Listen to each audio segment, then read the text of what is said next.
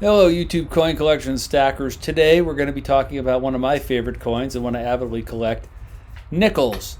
And we're going to talk about how the nickel was once the king of America's coins. You could buy just about anything with a nickel for about 70 years. Before we get into it, please don't forget to like and subscribe. I sincerely appreciate it. It really helps the channel. And as always, thank you for watching. So let's dive right in here on the story of nickels. So before we do, when I do this presentation live, I always ask the audience the question of what was the first U.S. nickel?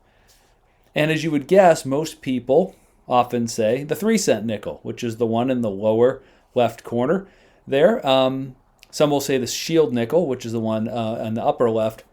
But the real answer is, it surprises many people, is it's actually the Flying Eagle cent. With a composition of 88% copper and 12% nickel, this coin was actually called a nick, as was the first rendition of the Indian cent through 1864. So the cent was actually the first nickel. So where did nickel come from? Well, nickel was first extracted in Germany in German copper mines. You can see a picture of one here. Credit to Getty Images for this. And that was in the 1600s. In its raw form, it had this brown-red color, and workers just thought it was a different kind of copper. They thought it was copper, but it didn't act like copper, it didn't refine like copper, and it really drove the miners crazy and the refiners crazy to the point where they named it Kupfernickel, which is German for copper demon, and it was actually named after this demon called nickel. So they had this mythical demon named Nickel, so they called this the copper demon. In 1751, there was a Swedish alchemist, Baron Axel Fredrik Cronstedt, who actually identified it and said, oh my God, we have this new element. He dropped the Kupfer and he simply called it nickel. So nickel, they started to think about different uses and ideas to replace these large copper cents. Copper was getting very, very expensive, so the mint was looking for an alternative to shrink it down. And the melter and refiner at the mint, his name was James Booth. You can see him there with the 1800s type, beard with no mustache look there. He was the one that actually came up with this 80-12 ratio, this alloy ratio that was used first in the Flying Eagle cent.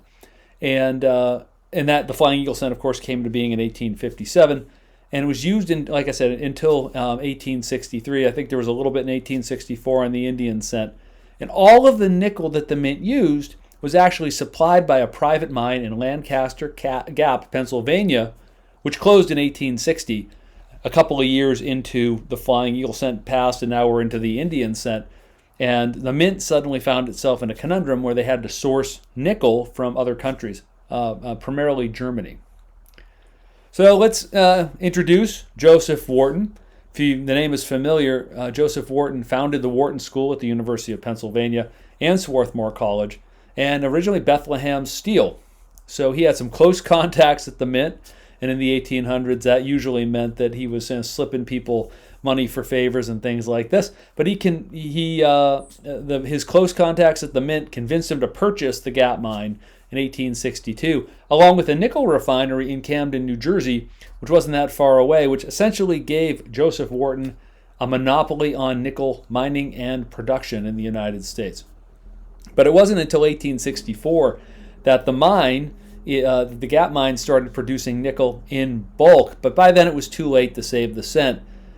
Mint director James Pollock decided to move to a bronze cent in 1863, and we see the introduction of a bronze cent in 1864. He was very worried his $200,000 investment would become worthless. Think about how much $200,000 was worth in the 1860s. So he published a pamphlet calling for 3, 5, and 10-cent nickel coins. And then he leveraged this political influence that he had as a very wealthy man with a lot of money to throw around. He lost the cent, but this thing called fractional currency rode to the rescue. If you're not familiar with fractional currency, during the Civil War, people hoarded coins, copper, silver went into hiding, gold went into hiding. No one knew who was going to win the Civil War. So the government, the federal government, was forced to issue these paper notes. You see one right here, 3 cents. So this was what Joseph Wharton was going after. So many of the 3-cent fractional notes, the government wanted to start to withdraw these from circulation. They were getting ragged and old. And the current 3-cent piece, which was actually a silver piece, it's called a trime, was being hoarded or melted for the silver. And so the thought was, what's the best way to get a circulating coin into circulation? It would be to eliminate the precious metal content, essentially take the silver out of it. So Wharton began lobbying for a copper-nickel composition 3-cent coin, which was accepted, and it was a new composition, 25% nickel, 75% copper, and that's the composition of of the nickel ever since. Even our current nickel today has that same composition, and that was that 3-cent nickel was the first nickel that we think of as a nickel, even though we now know it was the Flying Eagle cent. So encouraged by his success, Wharton then focused on a 5-cent piece. And half dimes didn't really circulate well. Again, they were silver. People were hoarding them. And so what do? We take the silver out and replace it with a non-precious metal. Soon there was a bill for a 5-cent coin passed in 1866 calling for that same 75% copper, 25% nickel composition. Here's a couple of ideas. These are pattern coins, meaning that these were ideas that were being considered for a 5-cent coin.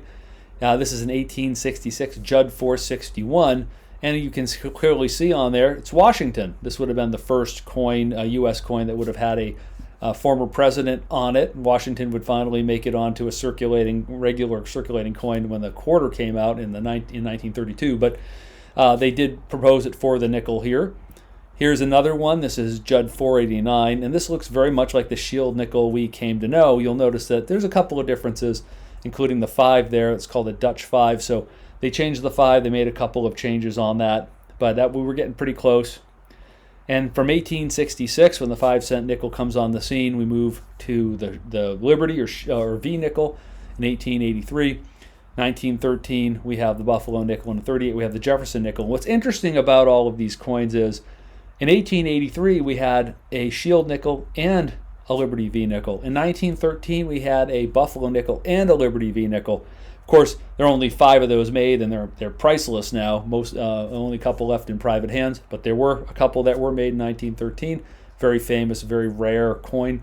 And then in 1938, we have a Buffalo nickel. One of my favorites is the D over S variety, and then of course we have the introduction of the Jefferson nickel. And here's sort of the history of nickels. If you're putting a type set together, right, we have the 3-cent nickel in the upper left there, and the shield nickel, that beautiful shield nickel with that nice toning on it. Down below that, we go to the V nickel below that. Then the Buffalo nickel back up top in the middle. Floating there is a war nickel with the big P on the reverse.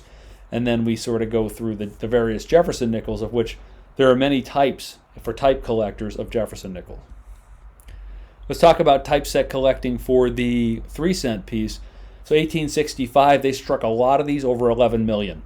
And mintages declined rapidly from there. But you can get really decent AU pieces from 1865 very affordably. Proofs are the best struck and most available from 1879 to 89. I actually have a 3-cent nickel proof from 1888, I believe. I'd have to pull it and look at it, but I have a nickel proof from the 1880s. And the 1865 is the most readily available in all grades because that was the biggest mintage for that coin.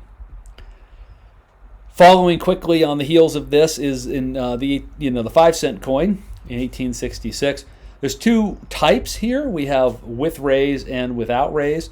The one above there, you see the 5, and you see the bars, the stars and bars. That's also what it's called, but it's called with raise and without raise as well. Those rays were really hard to strike up, made the nickel very hard to strike up. Nickel is a hard metal to begin with. So they removed the rays in 1867, but there is actually a rarity of sorts in 1867 with rays. So you can get the with rays and without rays. Those are essentially your 2 types for this. AU pieces can start to get pricey on this coin. Proofs are very, very rare, and expect to spend well over $1,000 for one. The 1867 with rays proof, fewer than 25 of those known.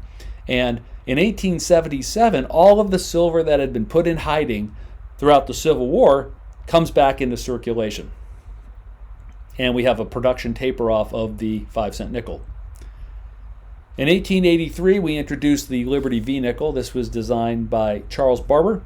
We have a version without cents and a version with cents. So if you know the old story here, they introduced the version without cents. It just had the V on the back. There was a gentleman who decided to gold plate this and try to pass it off as a $5 gold piece because it kind of looked like that, the way they did Liberty on it. His name was Josh. He was a deaf mute, and if anyone says, hey, I'm joshing you or whatever, that's where that expression comes from. So because of this gold plating scenario, in 1883, they went ahead and added cents later on. So everyone hoarded the without cents, and so you can get, gem, BU, without cents, V nickels very affordably because they're quite abundant.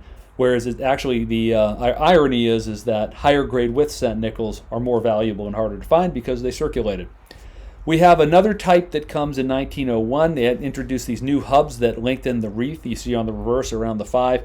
Not all type collectors consider that a separate type, but technically it sort of is. Year 1883 with nickel with cents, as I mentioned, are rarer and higher grades. Plentiful proofs right throughout the whole series.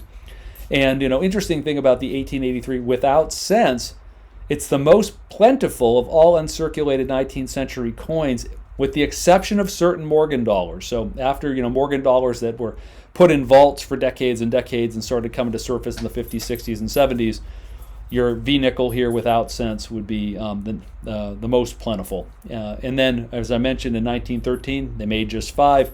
That's a whole other presentation. But that's a very, very, very valuable coin. 5 known, all accounted for. And I got to see one. I was at the National Money Show in Atlanta last February, and I got to see the McDermott BB specimen here.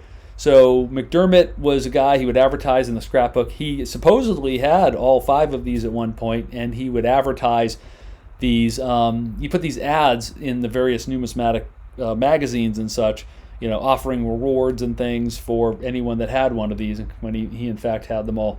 But this one here in the picture, he used as a pocket piece, and he would carry it around and say, hey, anyone want to see a $5,000 nickel? What you don't see in the picture here is the actual check that the BBs spent on this. It was something like $67,000. They have the signed canceled check in the case with this as well. And at the top of the screen there, you can see that there's a 1804 dollar, which is the king of American coins, and they actually had one in the same case. So the value of these 2 coins in this case was just extraordinary. But it was pretty cool to see one in person. This V nickel here is the only one that shows any sort of circulation wear because, of course, Mr. McDermott used it as a pocket piece. Well, moving on to the Buffalo nickel, or the Indian head nickel. This emerges in 1913, designed by James Earl Fraser. And we have 2 types. We have raised ground and in recess. The type 1, the Buffalo's up on this raised mound, but the date was wearing off. There are other issues with it, so they put in what's called an exturge and made it a flat ground for the Buffalo to stand on and put the date below the exturge. Generally available in high grades, especially in the 1930s. This is a really, there's certain years, of course, that are rarer and scarcer, but you can generally find, for your type set, really nice high-grade coins, especially, like I said, from 1913, a lot of them were saved, and then in the 30s. Proofs are very rare, especially the matte proofs from 1913 to 1916. Same with the Lincoln matte proofs. People hated these matte proofs that the Mint was doing back then, so they were kind of, I guess I said they were hated. So but now they're highly valued. But they're incredibly difficult, if not impossible, to tell the matte proofs from circulating coins. So if you're going to get one, make sure you have it in a certified holder. And then in the 1920s, one of the issues with these Buffalo nickels were they're very poorly struck. But essentially, you have 2 types, raised ground and in recess. And here's a pattern. This was actually James Earl Fraser. When it was first proposed, hey, we're going to do a nickel, they wanted to do a Lincoln nickel. Now, it's kind of odd because there was already a Lincoln cent, but this was an idea for a Lincoln nickel that was first proposed and submitted by James Earl Fraser. In 1938, the Jefferson nickel emerges on the scene, and we have a couple types here. This was designed by Felix Schlag, and the first version from 38 to, it says 38 to 42 and 46 to 65 because we have the second type, which is the wartime silver alloy nickel, which was made during World War II. But there were no initials on the first run of nickels till 1965. So there's a no designer initials type.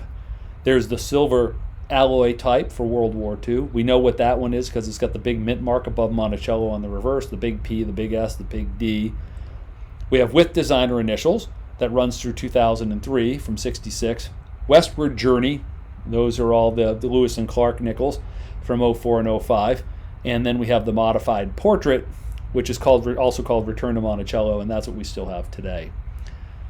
So if only these nickels could talk. How many carousel rides did that nickel, that shield nickel, take kick hit on? How many times had that V nickel been to Coney Island? Interestingly, this 1918/7 D nickel wasn't discovered until the 1960s. You know, what had this thing seen all through all those years? And then, of course, the Jefferson nickel. How many cans or bottles of Coca Cola did it buy? So let's talk about all the things a nickel could buy. Average daily wages in 1910 and in 2025. I think it's worth putting into perspective, like, you know, how much people actually made, you know, how much they were paid, what did they actually have to spend. A nickel was a lot of money. So in 1910, your average wage was $22 an hour, and that was $1.76 a day. There was no federal income tax. That didn't happen until 1913.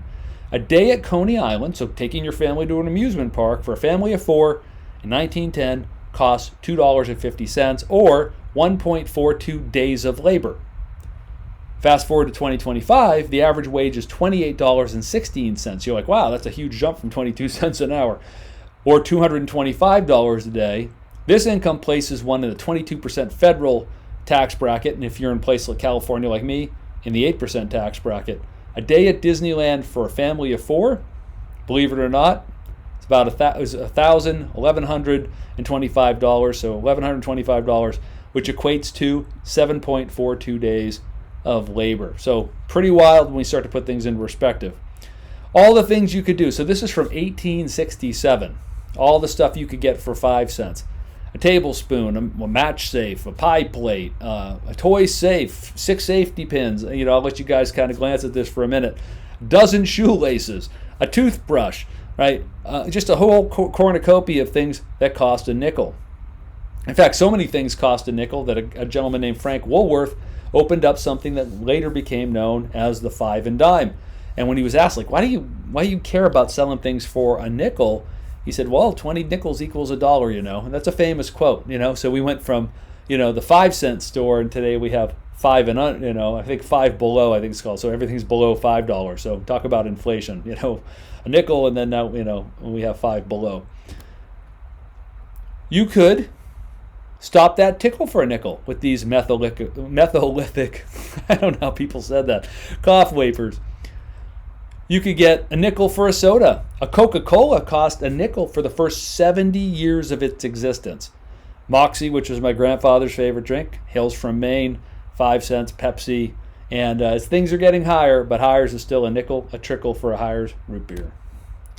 All sorts of nickel goodies. We had Whiz, the best nickel candy there is. A Baby Ruth, if you remember the Baby Ruth bar.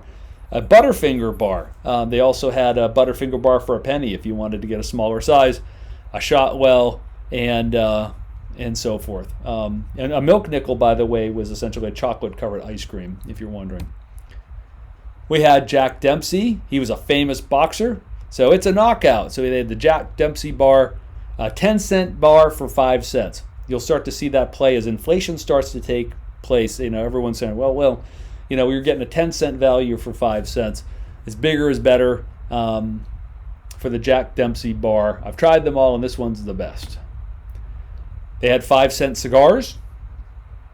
Here's a 5-cent cigar store, you know, well, a sign outside of a bar. Interestingly, if you read the sign next to it to the left, standard brands of Scotch and Irish whiskey imported for medical use. So I always think that was a funny sign when I found this picture. Everything was in vending machines, Wrigley's chewing gum, candy, stamps you can see there, beech nut gum, candy bar, all sorts of things were in these nickel vending machines. Gambling was hugely popular, and so, you know, as they started to work out all the mechanics of vending machines, they had all kinds of vending machines. And then what they would do with these gambling machines is they would put them in bars, hotel lobbies, places like that. In places where gambling was illegal, what they would actually do is it would kick out a stick of gum, or it would play a song, or it would play something like this. So if the authorities came in and said, hey, you're running a gambling operation, they would say, no. If you don't win, the money, you get a stick of gum, or it'll play you a song. And that's how they got around it. Of course, they cracked down on that, but that worked for a couple of years anyway. As I mentioned earlier, we talked about inflation. Look at all the stuff you can do at Coney Island. Every ride was a nickel.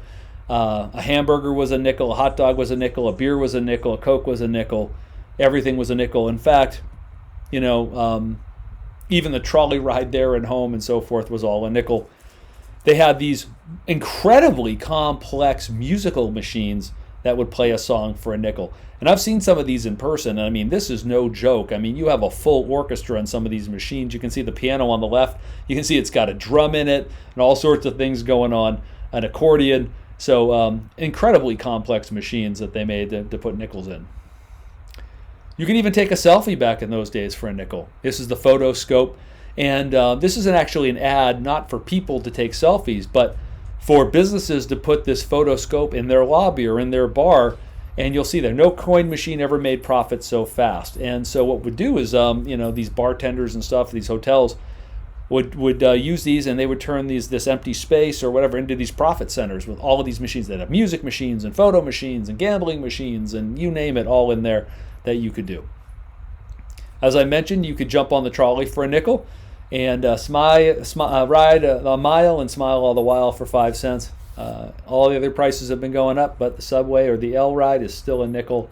And again, you're starting to see inflation taking, food's going up, rent's going up, salaries of public officials are going up, and so forth. You could take in a show. If you've ever heard of something called the Nickelodeon, that's what it was. You would go to the Nickelodeon, Odeon being a famous theater in Paris. So this would be your nickel theater, Nickelodeon. And that's, you go and watch movies for a nickel. Comic books for a nickel. They even had something called nickel comics. We had the 5-cent comic library and the 5-cent detective. There was a time in the 60s and 70s when mental health services were a nickel. I'm sure that if Lucy and Charlie Brown were transacting today, Lucy might charge him more like $500 an hour instead of a nickel. But back then, you could get mental health services from at least Lucy for a nickel. So alas, the nickel's purchasing power wanes. So looking at this chart, we see in 1910, inflation sort of tamed through 1940. And then in 1940, we start to see it go up through World War II. And in 1970, we see it shoot up like a hockey stick. And if you're wondering what happened right around 1970, that would be Nixon taking us off the gold standard. So, but the nickel really started to lose its purchasing power after World War II with that inflation. So, Coke went from a nickel to a dime, candy bars went from a nickel to a dime, and so forth. Dime cigars, and etc. And soon it was said, a nickel ain't worth a dime anymore. Yogi Berra. So, I hope you guys enjoyed this presentation on nickels. If you have questions about nickels, or you'd like to share some things about nickels that you collect, post that down below. I'm happy to go in and look at the comments. I will answer your questions if you post them down below. And lastly, if you're more interested, or if you're interested in learning more about nickels, here are some of my sources. Passport to Pleasure, Q. David Bowers, excellent source, major source for this presentation. Guide to Buffalo and Jefferson Nickels, also by Q. David Bowers. Pleasure and Profit by Robert Shippey is an excellent book. I took a bunch of stuff from Coin Week and so forth. So I'll leave that there for a second, and of course you can pause it here. But guys, I really appreciate you sticking with me, allowing me to share my passion about nickels. Please don't forget to like and subscribe, and I will see you soon. Thank you.